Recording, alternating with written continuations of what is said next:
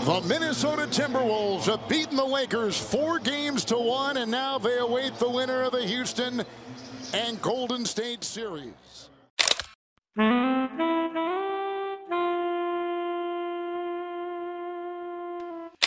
Natapos na nga ang season ng LA Lakers matapos matalo sa Game 5 laban sa Timberwolves sa score na 103-96.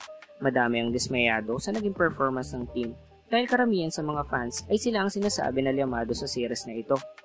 Pero ngayon nga ay tapos na ang laban at madami na ang katanungan sa utak ng mga fans kung ano nga ba talaga ang naging dahilan kung paano nalaglag ang Lakers sa first round ng playoffs.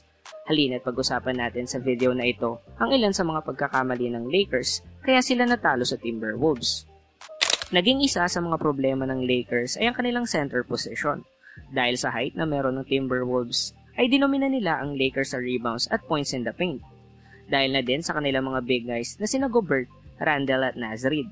Wala ding takot na nakakapenetrate ang mga guards ng Wolves dahil sa walang anchor ng depensa ang Lakers dahil hindi naman kilala ang kanilang center na si Jackson Hayes sa kanyang depensa.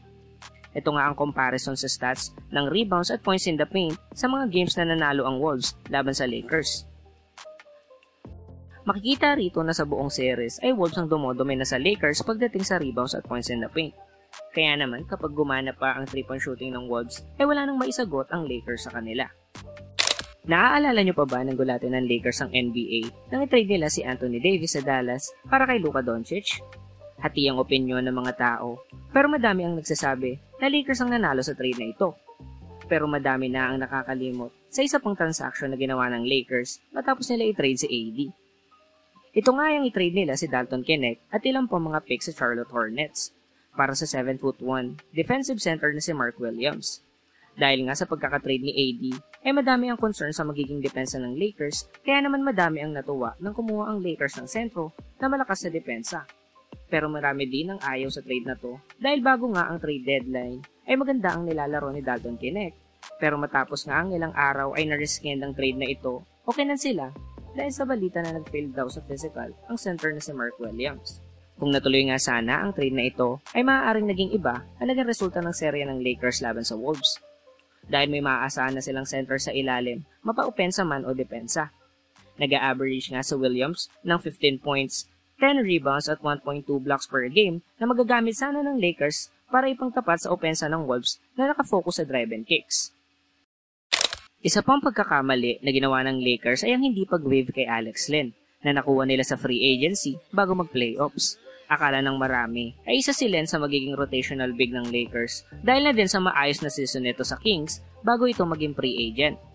Pero madami nga ang nadismaya na maglaro na ito dahil naging underwhelming ang performance niya kaya naman hindi rin siya nagamit ng Lakers at napamalita nga na iwe-wave nga ito ng Lakers kasabay ni Cam Reddish.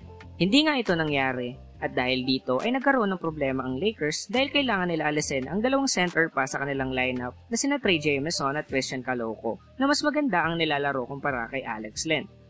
Ang dahilan nga dito ay ang kanilang kontrata at kung hindi nga magwe-waive ng isang player ang Lakers ay hindi nila mako-convert ang contract ng kahit isa man lang kina Christian Caloco at Trey Jameson. Malaki sana ang magiging tulong ng dalawang ito pagdating sa depensa at rebounds na naging problema ng Lakers sa playoffs. Magkakaroon pa sana ng option si Coach Redick na pwede niya gamitin para matapatan ang mga big man ng Timberwolves. Ang huli nga sa listahan natin ng mga pagkakamali ng Lakers sa series na ito ay ang hindi paggamit ng maayos kay Jackson Hayes. Kahit pa kulang sa center ang Lakers ay pinilit pa din nila ang small ball at hindi binigyan ng madaming minuto ang sentro nila na si Jackson Hayes na maganda ang nilalaro ng regular season, mapa-opensa man o depensa, simula nung matrade si Luka Doncic sa Lakers. Dahil nga dito ay dinomina sila sa ilalim na naging malaking factor ng kanilang pagkatalo sa Timberwolves. Nung regular season nga bago matrade si Luka sa Lakers ay nag-a-average lamang si Hayes ng 9 points, 6 rebounds, 1.6 offensive rebounds at 1.2 blocks sa 20 per minutes kada laro. Nang dumating nga si Luka ay nag-improve ang kanyang stats sa 13.5 points, 9 rebounds, almost 3 offensive boards per game, 1.8 blocks at 1.1 steals kada laro. Malaki nga ang naging improvement sa laro ni Jackson Hayes simula na dumating si Luka sa Lakers dahil na din sa playmaking skills ni Luka at basketball IQ nito. Tuwing naa-attract ni Luka ang depensa, ay isa si Hayes sa madalas ma-open at mapasahan at mabigyan ng mga alley-oop plays na galing kay Doncic. Kaya naman madami ang nag-e-expect na magagamit siya sa serye na ito dahil siya ang starting center ng team, pero madami ang dismayado at nagtataka bakit hindi ito binabad ni Coach JJ Redick. Ni hindi nga ito naglaro nung Game 5 at nag-average lamang ng 7.6 minutes kahit pa sa 4 na laro ay kasama siya sa kanilang starting 5. Isa nga ito sa marami pang pagkakamali na naging dahilan ng pagkatalo ng Lakers at pagkalaglag nila sa first round ng playoffs ngayong season. Ngayon nga ay abangan natin ang mga magiging moves ng Lakers para sa paghahanda next season.